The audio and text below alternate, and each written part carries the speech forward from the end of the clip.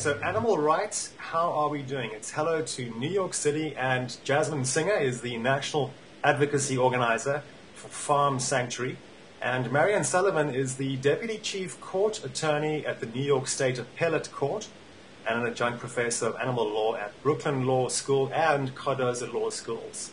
Ladies, thanks for joining us, and please tell me, what is Farm Sanctuary all about? Well, thank you for having us, Grant. Farm Sanctuary is the nation's leading farm animal protection organization. We work to end animal cruelty, and we do that through rescue, education, and advocacy. We have 2 shelters where we rescue and rehabilitate farm animals. One of them is in upstate New York in Watkins Glen. It's about 175 acres of rolling hills, and we have about 800 farm animals there. And our other shelter is in Northern California, in Orland. It's about 300 acres, and we have about 200 animals there, give or take. They're all animals who've been rescued from neglectful, abusive situations and are now lucky enough to be living the rest of their lives out peacefully and joyfully and with dignity. And you really haven't experienced being around animals until you've been around a rescued farm animal.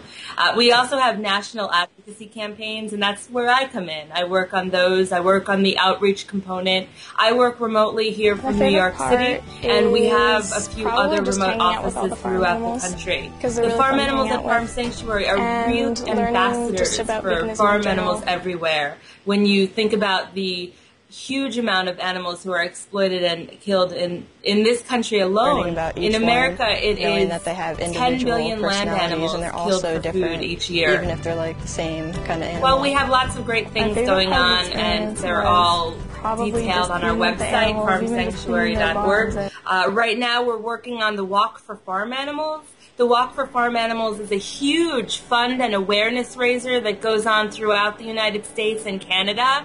Last year, we raised $230,000 and had 58 walks.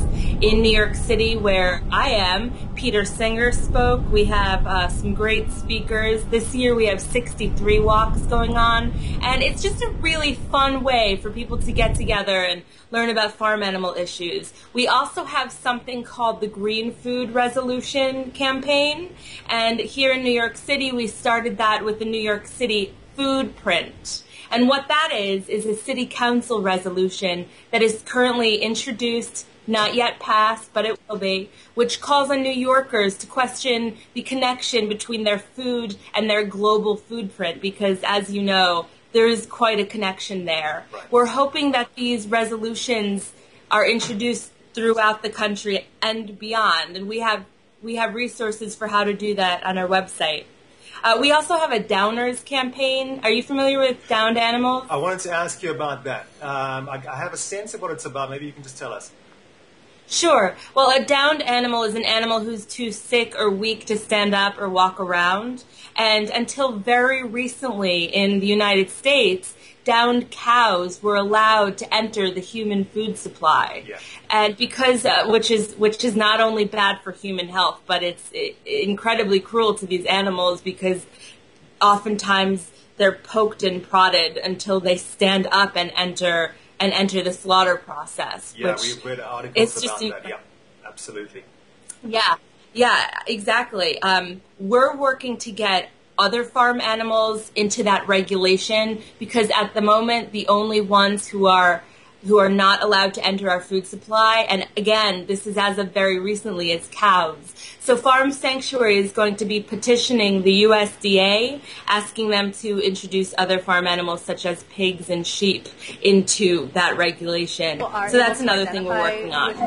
We also have something going on called the Truth Behind Labels campaign. This is one of my personal favorites, because as I know you have seen in South Africa, since I was recently on a trip there, people are starting to realize that there is absolute cruelty involved in the process of making their food. And the industry is catching on to that. So they are creating these labeling schemes where they just stamp a label on an animal product and call it humane, or call it sustainable, or call it free range or grass fed. And what does that mean? It's very misleading. Yeah. Exactly. And we have a very comprehensive report that talks about what exactly is entailed when these labels are put onto these animal foods. So we're trying to really get the word out there about that through media campaigns, through good old-fashioned letters to the editor. We also have something that is a really nice yes campaign. It's called Veg for Life. And there's more about that on another website that we have, which is vegforlife.org. And with that, we're trying to get vegan options into restaurants throughout the country and beyond. And I had some pretty good vegan food when I was in South Africa, so it seems to be catching on everywhere. And I imagine New York City obviously has great vegan options, but the rest of the country not as much. Well, New York City is definitely one of the meccas for vegan food. We have 160 veg restaurants in the city, in all of the boroughs. So that's definitely pretty fun. But there's other places in the country that are definitely catching on. We do a lot of traveling. Mariann does a lot of traveling for her work, and I often, come with her. And it's like a game. What vegan restaurant can we go to in that given city? So I wanted to mention one more thing, Grant, as far as our campaigns that we have going on. Are you familiar with ballot initiatives? No, I've heard you speak of the term. I know on the legislature side, it's obviously a big thing, and there's a bit of a history to that. What are you referring to specifically? Okay, well, Mariann will probably go into more detail about that, but ballot initiatives are available in certain states, not in every state. And it's where you bring the vote to the people. So let me give you an example of how we've used this to benefit farm animals.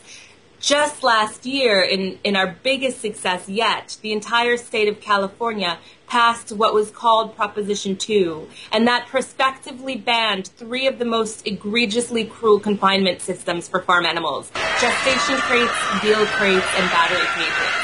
Over 800,000 signatures were gathered. We currently are working on all 3 of these confinement systems to be banned through a ballot measure in the state of Michigan, so that's another huge campaign for us. But since ballots are not available in every state, legislation is popping up to ban these confinement systems. And I just want to add that this is a very modest reform that will allow farm animals the ability to turn around and extend limbs. Anti-confinement when you go into the graphic details, it's not like you're sort of asking that much, but every step is important, yeah. Actually, Grant, this piece of paper right here, yeah, fold 1/3 of it like this, that's the amount of space that a battery cage hen has to live her entire life. I can believe it. So you can imagine what this means for farm animals. However, this is not the end. This is an incremental step toward ending animal cruelty. And I can tell you from personal experience, the amount of people who've gone vegan and adopted a plant-based diet based on learning about the issues from our outreach is phenomenal. And that's really what we're going for. This is a way to put farm animals on the map as we work to end animal cruelty. Yeah. Mariann, you were, as you mentioned, in South Africa recently. What took you there? Well, there was a conference sponsored by Animal Rights Africa at the law school at the University of Witwatersrand. I hope I'm pronouncing that correctly. Yes, that's right. Witwatersrand. That's it, yeah. And it was an amazing experience. It was a workshop, really, that brought together only people who are actually working in animal protection, something we would find very hard to do here, to bring together such people to really discuss the basic theoretical principles behind the law that's now protects animals in South Africa, and ways in which, hopefully, in the future, that law can be improved to better protect animals.